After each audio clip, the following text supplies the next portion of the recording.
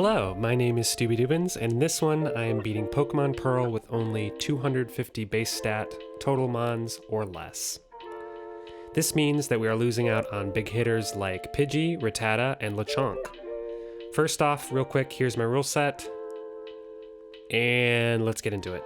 First up is Roark, and this one is pretty simple. Set up screens, wish pass to Azumarill, belly drum, then press the win button. Since I have so many mons, I thought it would be fun to introduce each one individually. Also, it gives me a chance to show off my editing skills. So this is Togepi, and look at that, it moves. That's pretty cool, right? On Togepi, I am running Light Screen, Reflect, Wish, and Baton Pass. Before starting this challenge, I thought I wanted a screen setter, and unsurprisingly, there aren't that many good ones that have 250 or less base stat total. But then, after I played this fight, I decided, no, screens are cheap, so Togepi really doesn't do anything, because I never bothered to change out screens for other moves. Basically, Togepi is the designated sacrifice when I need to get in the sweeper. It sometimes can get a wish pass off, but it usually doesn't because it's a Togepi, and this is what it looks like. Next up is Gardenia. This one's pretty easy. We have a lot of grass resists in Slugma and Spinarak. I start out with getting some damage off with Slugma on the Cherubi, and then I go to Azumarill to take out the Turtwig, and bait a grass type move for the Spinarak that is going to switch in on the Roserade. My Spinarak essentially walls the Roserade, which can be pretty scary for this point in the game. And coincidentally, Spinarak is the featured mon for this one. Originally, when I picked Spinarak, I wanted it to be a pure hazard setter, but then I realized Sticky Web won't be a move for another 2 games, so yeah, Spinarak also doesn't do a huge amount. It's really slow, has a terrible typing, and all it does is set up toxic spikes, which in hindsight I don't really need because I'm trying to set up my sweepers and get them in the best position to do their thing. So the set I'm running is Toxic Spike, Shadow Sneak, X-Scissor, and Swagger. I thought maybe I could get something going with Swagger. Spoiler alert, I never do. Anyway, Spinarak is the perfect mon for this fight specifically because it 4 times resists basically every move that the Roserade has, and it does get some shine later, so look forward to that.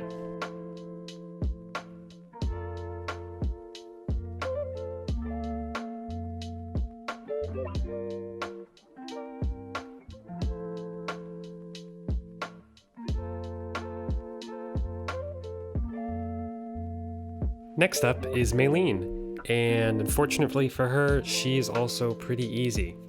I open up with Slugma and burn her Meditite. Unfortunately, it is a mixed attacker, so this really only shuts down its ability to click fighting type moves. I then want to give Spinarak the spotlight, so it comes in and clicks Toxic Spikes a few times. I really don't need to do this, but I want to make it look like my plan was more complicated than it was, and not just going to Pichu and clicking Nasty Plot a few times and winning. Speaking of Pichu, this is their feature. Crazy how that works, huh? I really like Pichu. I really grew to love Pichu during this run. They offer a lot of utility and a lot of sweeping ability, which kind of rhymes. For their set, I'm running the aforementioned Nasty Plot, Thunder, Rain Dance, and Thunder Wave. Sometimes I switch out one of those moves for Encore if I'm leaning more into their utility side. For this squad, Pichu is blazingly fast. At 60 base speed, they are the Regieleki of this team. And they can shut down opposing leads with Thunder Wave and Encore. They can set up the rain for an Azumarill sweep, and they can sometimes sweep themselves with Nasty Plot. So there's really a lot to like from this mon. Thunder might be a little overkill, but I figured since I'm already setting up Rain, 100% accurate Thunder is probably better than Thunder Shock, but I digress. Next up is Crasher Wake versus his worst enemy, the Sunkern. I open with Slugma and set up the sun and burn his Gyarados. This then allows me to set up with my Sunkern and get the first of many of my patented Sunkern sweeps. The feature for this one is obviously Sunkern. I'm not saying they are the perfect sun sweeper, but they're not bad. Having chlorophyll boosts speed in the sun, growth, which I mistakenly thought gave +2 special attack in the sun, solar beam, which is a 1-turn move in the sun, and synthesis, which heals 2/3 of total HP in the sun. And yeah, I thought growth gave +2 attack and +2 special attack in the sun, but that doesn't happen for another generation. The entire time in the game, I was like, I see that it's only boosting special attack by 1, but that must be a mistake.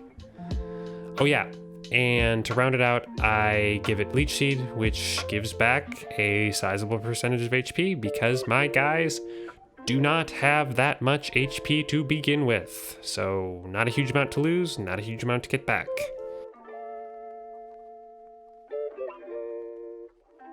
Next up is Fantina. In this one, I lead with Sunkern and eventually set up a Leech Seed. This makes it safer for my eventual sweeper to set up because they will be getting HP back every single turn. I then go to my Pichu and set up Rain and Thunder Wave versus the Drifblim. Then it's time to bring out that girl Azumarill and go to town on Fantina's Undead Freaks. The feature for this one, obviously, is Azumarill. I keep saying this about my sweepers, but I really like Azumarill. My only issue with them is, what do they have to be so sad about? Look at them. Why are they so sad? Global warming, global warming, global warming, global warming, global warming, global warming, global warming, global warming, global warming. I guess we'll never know. Anywho, Azumarill with huge power has a whopping 40 base attack, and I leverage this with a set of Belly Drum, Aqua Jet, Encore, I guess I didn't really have anything else to put in this slot, and Bounce, which is coverage against grass types. Azumarill definitely has its flaws though. It being pure normal type isn't the best defensive typing to switch in on, and its Aqua Jet doesn't get the same type bonus as something like Marill or Azumarill would get. Also, it's blue. Why isn't it a water type? Most blue Pokemon are water type.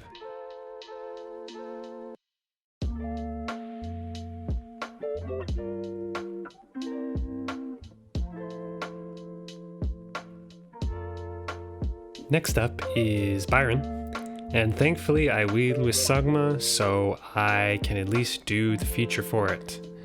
I set up the sun and get off a few flamethrowers. I then burn the Steelix and reset the sun. Looking back, it probably would have been much easier to just sweep with Slugma, but I really wanted to get that Sunkern more screen time, so I went to them next. I set up growth, but Steelix annoyingly sets up the sand again. This is the issue with running Solar Beam. If the sun isn't up, it's just an okay 2-turn attack. I think I end up switching off Solar Beam for the rest of the run because of this. Well, I eventually do what I should have done at the start and just go to Slugma. Honestly, this is a pretty bad fight, and I think I'm just going to talk about Slugma now rather than continuing to talk about this fight, because it was a lot harder than it had to be, because I was trying to shoehorn in getting a sweep with one of my many sweeping Pokemon. Anyway, it would surprise you after watching the first 6 jam battles that Slugma is the MVP of this entire run. He hasn't done much yet, but you will see. You will see the reason why. Slugma is relatively bulky for this team and has access to recovery, so it can stay in on most mons and get off clutch burns. Basically shuts down every physical attacker, and running max special defense, which is what I did during most of this run, it can wall pretty much most Pokemon out there. That, along with its Flame Body ability, allows me to spread burn pretty easily. For its set, I'm running Flamethrower, Sunny Day to set up for my Sunkern, Will-O-Wisp, and Recover. Slugma is another really good utility mon that, if put in the correct position, can sweep like Pichu.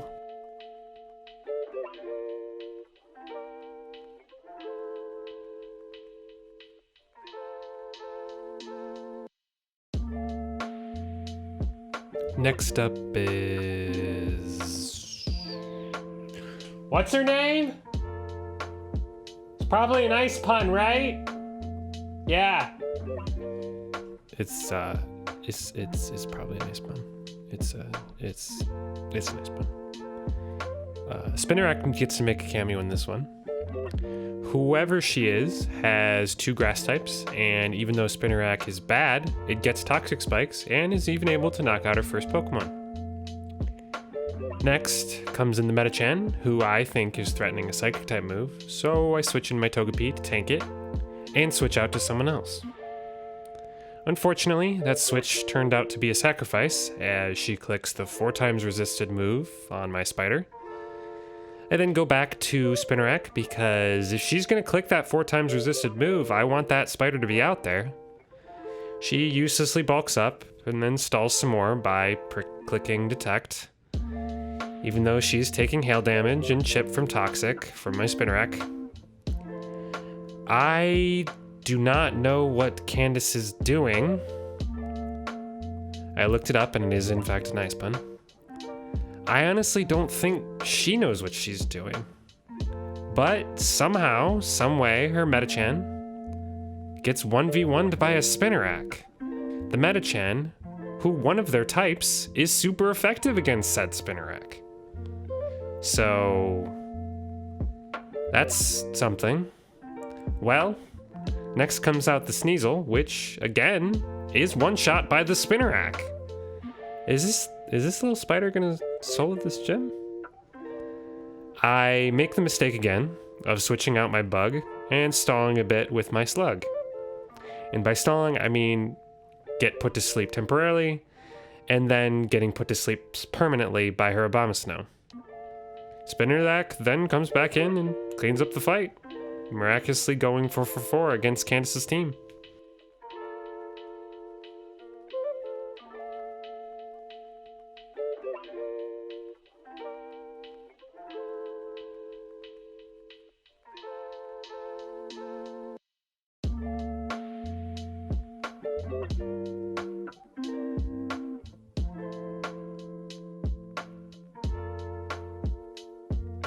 Next up is Volkner.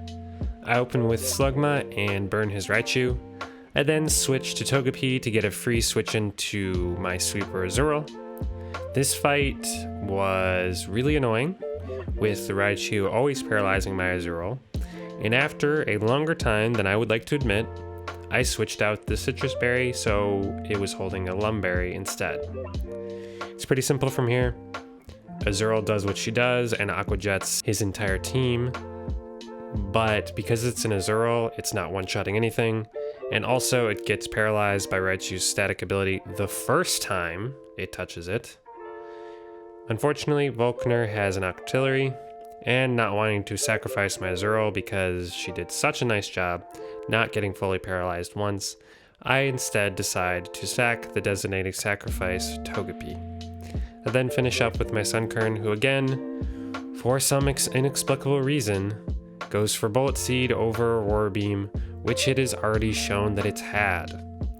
I don't understand what the AI's issue with fighting 250 base stat total Pokemon or less is. It always seems to click the wrong move.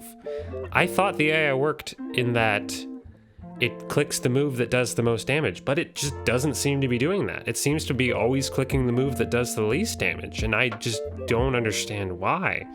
Maybe these gym leaders are underestimating my guys, but like, geez, they do the wrong thing at every step. I don't get it.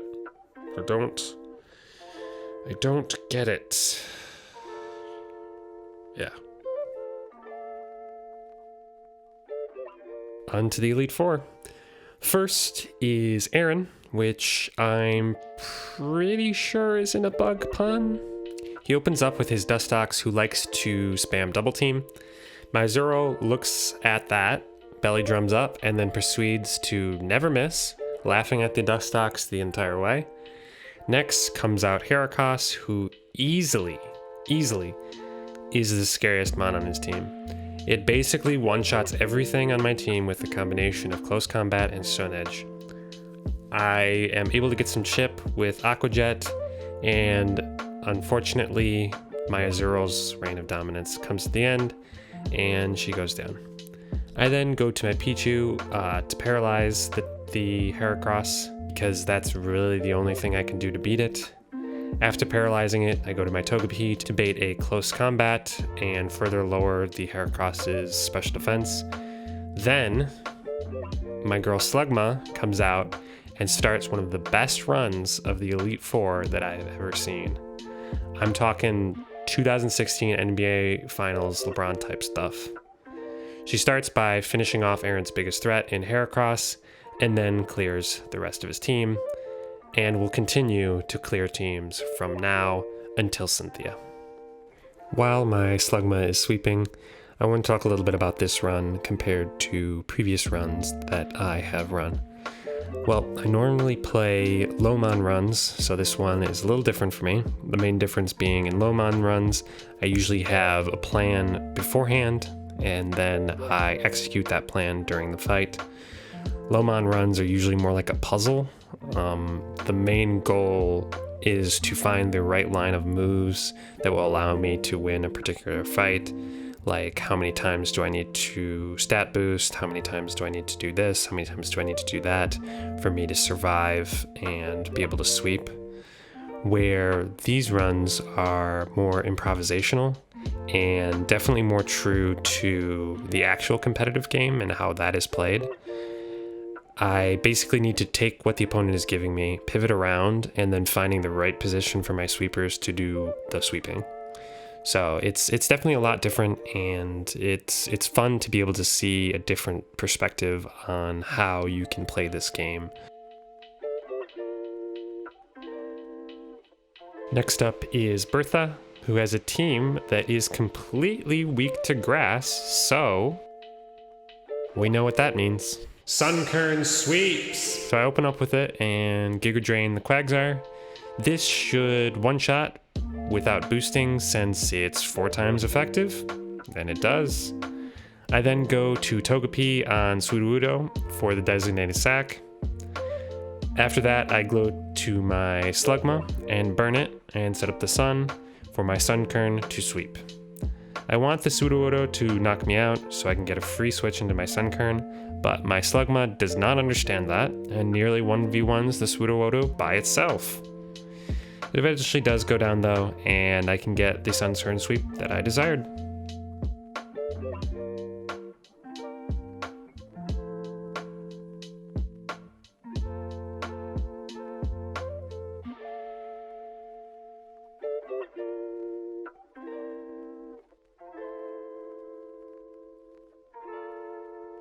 Next up is Flint and his Pokemon weak to Azumarill. I open up with Pichu and paralyze the Rapidash and set up the rain. The Rapidash unfortunately has Sunny Day, so I think it would have been a better play to paralyze it, then encore it into Sunny Day, waste all of its Sunny Day PP, then gone for Raid Dance. But this ended up working, so I guess it's fine. I then go to Azumarill, Belly Drum up. I end up encoring the Rapidash into Sunny Day with the Azumarill because I'm going to be using Bounce instead of Aqua Jet, which is weaker in the sun, and Bounce can miss and does miss. But because it missed, I'm able to stall out the rest of the sun, and the sun ends at the perfect time, and Azumarill is able to knock out the Rapidash. I don't get any one-hit knockouts on Flint's Lopunny or Steelix, but he clicks the wrong moves, and my Azumarill is still able to sweep, so good job.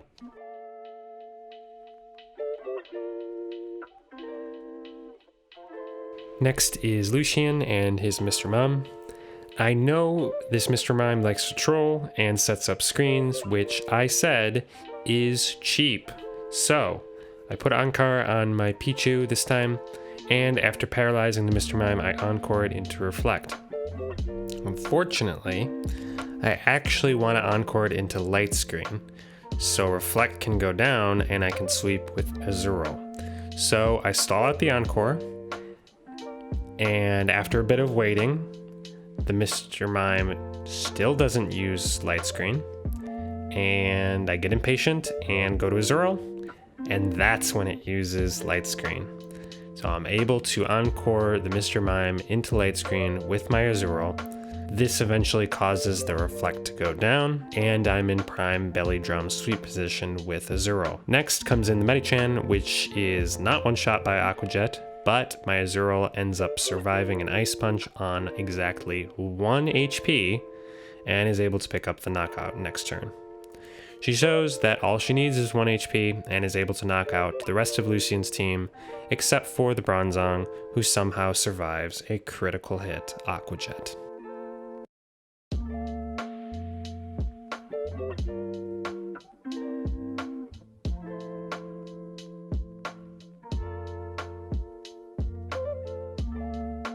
And we're finally on the champion. So, play the music, and let's get into it. Our team is really bad into her Ace Garchomp. It destroys our entire team until an unlikely hero came and put the team on her back and completely shut it down. We open with Pichu and paralyze the Spiritomb. I'm also able to set up the rain and encore the Spiritomb into Embargo. The encore gives me a free switch into Azumarill and a free Belly Drum. Cynthia's team has a lot of water resists, so I'm going to take as many knockouts with this as I can. The first being the Spiritomb. Thankfully, she sees a knockout with Lucario and goes to that next. This is basically all the value I'm going to get out of Azumarill in this run, so when the Garchomp comes out, I get some much needed chip and bring in the GOAT, Slugma, who, I kid you not, is going to 1v1 this Garchomp. I want to bring up their respective stats real quick to show the disparity of the caliber of Mon that we have right here. But my Slugma gets a clutch flame body proc on the Garchomp, and that's not it. Cynthia is a cheater, so she brought full heals to this beta, so my Slugma also has to stall until she uses a full heal, and my Slugma can safely burn it again. If she goes down here, it's over. Slugma does its job, so I can safely go into my Sunkern, where I can get Leech Seed and stall out the rest of the Garchomp's attack. The Sunkern is eventually able to finish off the Garchomp with Leech Seed damage, and then finish off the Gastrodon with Giga Drain. Spinarak then comes out and gives us the championship by 1v1ing both her Roserade and her Milotic.